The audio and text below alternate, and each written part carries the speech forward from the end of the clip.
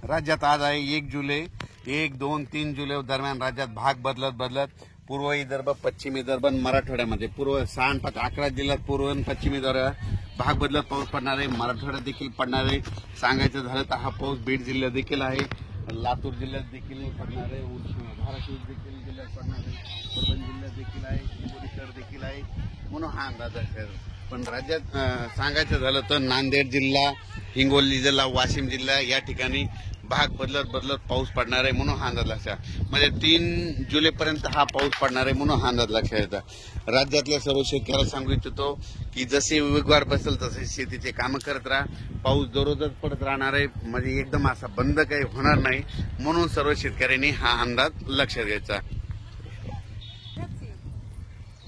तर राज्यातल्या सर्व शेतकऱ्याला सांगू इच्छितो की बीड जिल्ह्यात काही भागात पडला, आज ह्या 2, 3, 4 जुलैपर्यंत तिकडे देखील काही भागात पाऊस पडत जाईल।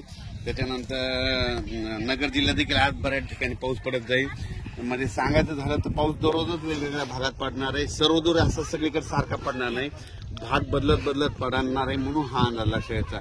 आणि त्याच्यानंतर 5, 6 जुलै 7 आणि 8च्या दरम्यान एकदा पावसाचं वातावरण राहणार आहे। पण सगळ्यात वरून राज्याची कृपा फक्त विदर्भावर जास्त, म्हणजे विदर्भात 6, 5, 11 जिल्ह्यामध्ये मात्र तिकडल्या भागामध्ये चांगला पाऊस पडणार आहे। म्हणजे हे सांगायचं झालं तर आणि आपल्या मराठवाड्यामध्ये काय होणार की दररोज वेगवेगळ्या भागात दररोज भाग बदलत पडणार आहे, कोणाचं पीक काही जाणार नाही, म्हणून हा अंदाज लक्षात घ्यायचा। आणि अचानक वातावरणात बदल झाला तर लगेच एक मेसेज दिला